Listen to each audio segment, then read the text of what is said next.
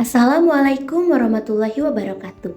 Kami dari kelompok 5 akan membahas mengenai macam-macam teori belajar.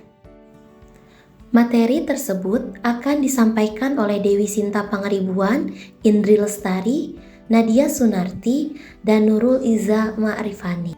Langsung saja kita ke pembahasannya. Di sini ada memaknai belajar dan berkembang.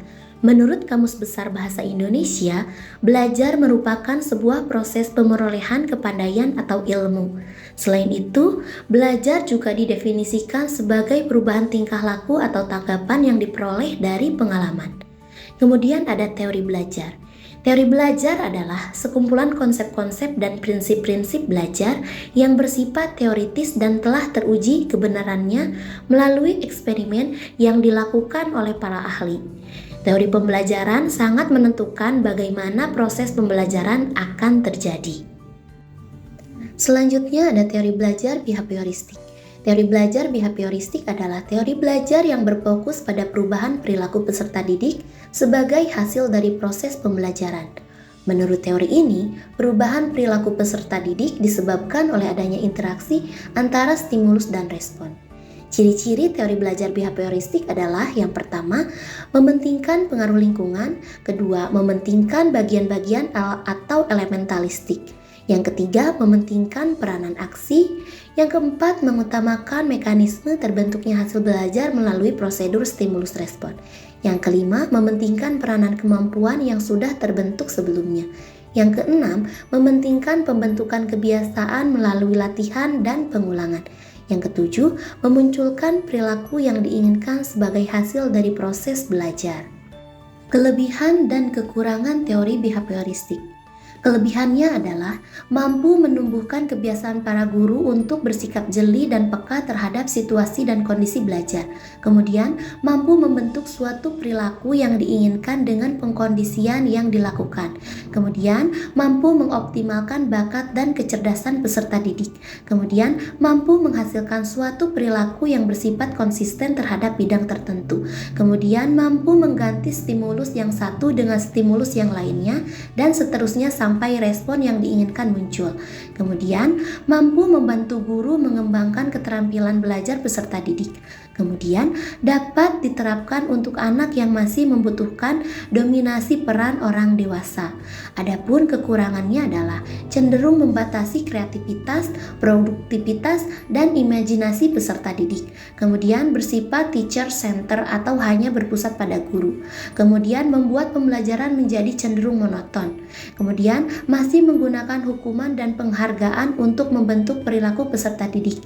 Yang terakhir, kekurangan dari teori behavioristik adalah tidak mengakomodir kondisi belajar yang kompleks.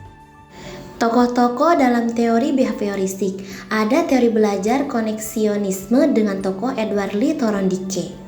Kemudian teori belajar classical conditioning dengan tokoh Ivan Pavlov. Kemudian teori belajar descriptive behaviorism atau operant conditioning dengan tokoh Burrhus Frederick Skinner. Teori Edward Lee Thorndike, konsep utamanya hukum efek. Penelitiannya eksperimen dengan kucing dalam kotak yang belajar membuka untuk mendapatkan makanan. Poin pentingnya, perilaku yang diikuti hasil memuaskan cenderung diulang, yang diikuti hasil tidak memuaskan cenderung dihindari. Dasar bagi teori belajar lainnya. Teori Ivan Pavlov, konsep utamanya pengkondisian klasik. Penelitiannya eksperimen dengan anjing yang mengeluarkan air liur hanya mendengar bunyi bel meski tanpa makan. Poin pentingnya adalah pembelajaran terjadi melalui asosiasi antara stimulus dan respon. Yang ketiga, teori Skinner. Konsep utamanya pengkondisian operan. Penelitiannya menggunakan Skinner box untuk mengamati perilaku hewan dan bagaimana perilaku dimodifikasi melalui penguatan dan hukuman. Poin pentingnya ada penguatan positif, yaitu menambah hal menyenangkan untuk meningkatkan perilaku. Penguatan negatifnya menghilangkan hal tidak menyenangkan untuk meningkatkan perilaku. Hukumannya mengurangi perilaku melalui konsekuensi negatif. Penerapan teori behavioristik di kelas. Yang pertama, guru menyusun materi atau bahan ajar secara lengkap, mulai dari materi sederhana sampai kompleks. Yang kedua, guru lebih cenderung mendominasi kegiatan pembelajaran dengan memberikan banyak instruksi selama mengajar. Yang ketiga, guru memberikan banyak pengulangan pembelajaran berupa latihan agar terbentuk perilaku atau pembiasaan seperti yang diinginkan. Yang keempat, guru akan melakukan evaluasi berdasarkan perilaku yang terlihat. Yang terakhir, guru dituntut memiliki kemampuan memberikan penguatan baik dari sisi positif dan negatif. Selanjutnya, teori belajar sosial kognitif. Teori belajar sosial kognitif adalah teori yang menekankan pada interaksi antar perilaku, kognisi, dan lingkungan dalam proses pembelajaran. Bandura menyoroti pentingnya pengamatan sosial di mana individu belajar perilaku melalui modeling atau peniruan dan pengamatan. Albert Bandura adalah tokoh utama yang mengembangkan teori ini, yang menekankan pentingnya pengamatan dan peniruan dalam belajar. Selanjutnya, ciri-ciri teori belajar sosial kognitif.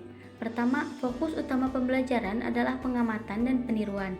Kedua, memahami bahwa tingkah laku model atau contoh bisa dipelajari melalui bahasa, teladan, nilai, dan lain-lain. Ketiga, beranggapan bahwa peserta didik dapat meniru suatu kemampuan atau perilaku dari kejadian yang dialami orang lain atau dari hal yang diperagakan oleh guru sebagai model. 4. Menjelaskan bahwa peserta didik akan memperoleh kemampuan jika mendapatkan kepuasan dan respon rangsangan yang positif. Kelima, melibatkan berbagai proses pembelajaran. Adapun kelebihan dan keunggulan teori sosial kognitif diantaranya fleksibilitas dalam penerapan, pengembangan keterampilan sosial, mendorong pembelajaran aktif, peningkatan motivasi, dan relevansi dalam kehidupan sehari-hari. Berikut merupakan contoh penerapan teori belajar sosial kognitif di kelas. Contohnya, meminta peserta didik merefleksikan pengalaman dalam jurnal, mendorong diskusi dan pertanyaan tentang materi, mengembangkan solusi masalah untuk berpikir kritis. Selanjutnya, teori belajar konstruktivisme. Teori belajar konstruktivisme merupakan sebuah teori yang menempatkan peserta didik sebagai individu yang membangun pemahaman dan memahami informasi secara aktif sepanjang proses pembelajaran. Adapun tokoh-tokoh dalam teori belajar konstruktivisme, pertama, Jean Piaget.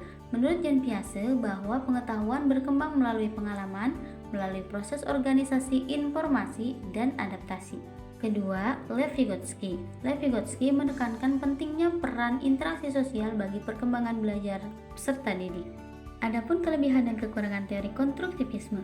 Kelebihannya, pembelajaran aktif, pembangunan pengetahuan yang mendalam, keterampilan berpikir kritis, peningkatan kemandirian, interaksi sosial, dan penerapan dalam berbagai situasi.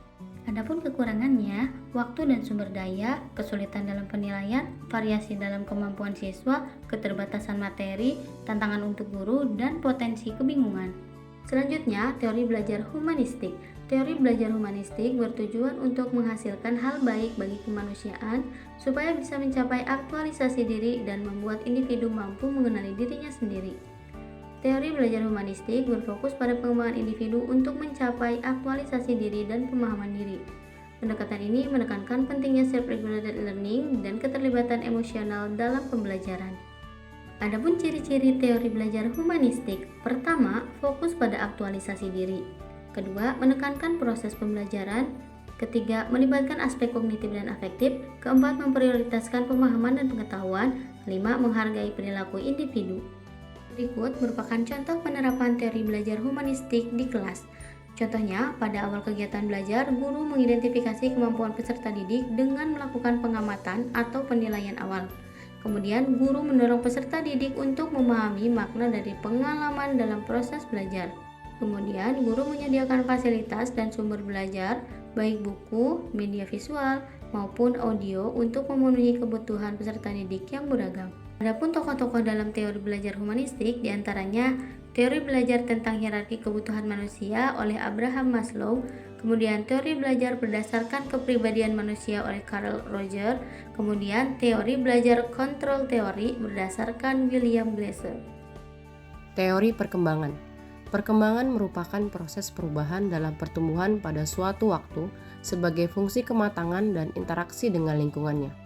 Perkembangan secara keseluruhan mengikuti periodisasi yang teratur dimulai dari masa pranatar, masa bayi, masa kanak-kanak, masa remaja, dan masa dewasa yang diikuti tahun perkembangan kemampuan fungsi fisik sebagai akibat dari proses kematangan.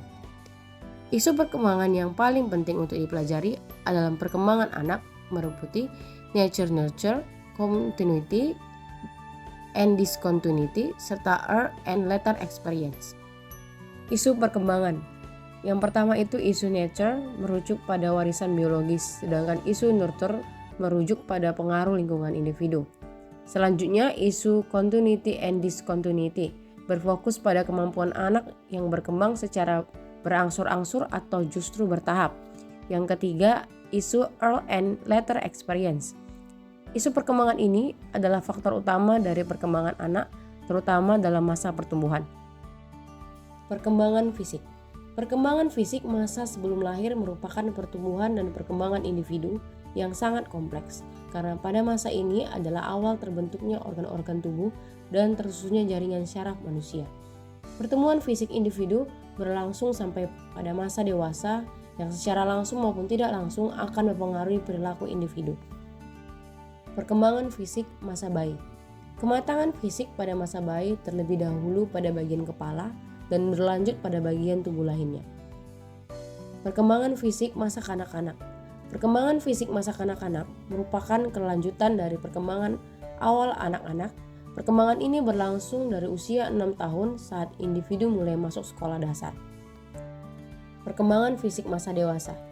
Penampilan fisik pada masa dewasa sudah semakin matang, sehingga siap untuk melakukan tugas-tugas seperti orang dewasa lainnya, misalnya bekerja, menikah, dan memiliki anak. Perkembangan sosial emosional. Ketika membahas perkembangan sosial emosional, kita akan fokus pada dua teori utama, yaitu teori ekologi Bronfenbrenner Banner dan teori perkembangan rentang hidup Erik Erikson. Yang pertama, teori ekologi Bronfenbrenner Banner. Teori ekologi yang dikembangkan oleh Uri Bronfenbrenner berfokus pada konteks sosial yang mempengaruhi kehidupan individu sehingga turut mempengaruhi perkembangan mereka. Bronfenbrenner mengungkapkan bahwa perkembangan manusia dipengaruhi oleh konteks lingkungan, hubungan timbal balik antara individu dengan lingkungan yang akan membentuk tingkah laku individu tersebut. Teori ekologi Bronfenbrenner. Terdapat 5 sistem, yang pertama mikrosistem, yang kedua mesosistem, yang ketiga ekosistem, yang keempat makrosistem, dan yang terakhir kronosistem. Teori perkembangan rentang hidup Erikson. Teori Erik Erikson memandang perkembangan kehidupan masyarakat secara bertahap atau rentang hidup. Terdapat 8 tahap perkembangan yang harus dilalui individu sepanjang rentang kehidupannya. Pada setiap tahapan, seorang individu akan menghadapi sebuah konflik yang harus dihadapi dan diselesaikan agar memiliki perkembangan yang normal. Perkembangan moral. Perkembangan moral adalah aturan dan konvensi berinteraksi antara orang-orang. Perkembangan moral merujuk pada proses di mana individu mengembangkan pemahaman, nilai, dan norma terkait apa yang dianggap baik dan buruk. Proses ini melibatkan berbagai aspek, yaitu kognitif, emosional, serta sosial. Menilik peserta didik sebagai individu yang unik. Agar pembelajaran menjadi efektif, maka penting bagi pendidik untuk mengetahui dengan jelas bagaimana gambaran peserta didik yang ada di dalam kelas. Pendidik sangat dianjurkan untuk dapat membuat profil dari peserta didiknya sesuai dengan tujuan pembelajaran di kelas. Karakter peserta didik dapat diartikan sebagai keseluruhan pola kelakuan atau kemampuan yang dimiliki peserta didik sebagai hasil dari pembawaan dan lingkungannya. Ketiga, pemahaman karakteristik peserta didik sangat menentukan hasil belajar yang akan dicapai, aktivitas yang perlu dilakukan, dan asesmen yang tepat bagi peserta didik. Latar belakang peserta didik berbeda-beda yang dapat dilihat dari yang pertama, etnik. Pendidik dalam melakukan proses pembelajaran perlu memperhatikan jenis etnik apa saja yang terdapat dalam kelasnya. Data tentang keberagaman jenis etnis di kelasnya dapat menjadi informasi yang sangat berharga bagi pendidik dalam menyelenggarakan proses pembelajaran. Yang kedua, budaya atau kultural. Budaya yang ada di masyarakat sangatlah beragam, seperti kesenian, kepercayaan, norma, kebiasaan, dan adat istiadat. Selanjutnya, status sosial. Perbedaan ini hendaknya tidak menjadi penghambat dalam melakukan proses pembelajaran. Implikasi dengan adanya variasi status sosial, ekonomi, pendidik dituntut untuk mampu bertindak adil dan tidak diskriminatif. Perkembangan peserta didik yang terbagi atas dua. Yang pertama, aspek-aspek pengembangan. Dengan mempelajari lebih dalam mengenai aspek perkembangan manusia dan peranannya, dalam proses pembelajaran, guru dapat menciptakan kegiatan belajar yang sesuai dengan kebutuhan dan perkembangan. Yang kedua, kemampuan awal. Untuk mengetahui kemampuan awal peserta didik dapat dilakukan melalui teknik tes, yaitu pre-test atau tes awal, dan teknik non-tes seperti wawancara. Kesiapan peserta didik yang terbagi atas tiga. Yang pertama, minat. Minat adalah ketertarikan seseorang terhadap suatu hal yang mendorongnya untuk lebih mendalami atau belajar tentangnya. Gaya belajar yang sesuai dalam proses pembelajaran dapat meningkatkan minat peserta didik. Gaya belajar dapat dikelompokkan menjadi 4, yaitu visual, auditory, kinestetik, serta reading and writing. Yang kedua, motivasi. Motivasi adalah dorongan internal atau eksternal yang mendorong siswa untuk belajar dan mencapai tujuan. Motivasi dapat dibedakan menjadi dua jenis, yaitu motivasi intrinsik dan motivasi ekstrinsik. Yang ketiga, emosi. Emosi sangat berperan dalam membantu mempercepat atau justru memperlambat proses pembelajaran. Beberapa faktor yang mempengaruhi emosi siswa yaitu yang pertama, lingkungan belajar, yang kedua, hubungan dengan guru, yang ketiga, pengalaman sosial. Sekian pemaparan dari kelompok kami. Terima kasih atas perhatiannya. Wassalamualaikum warahmatullahi wabarakatuh.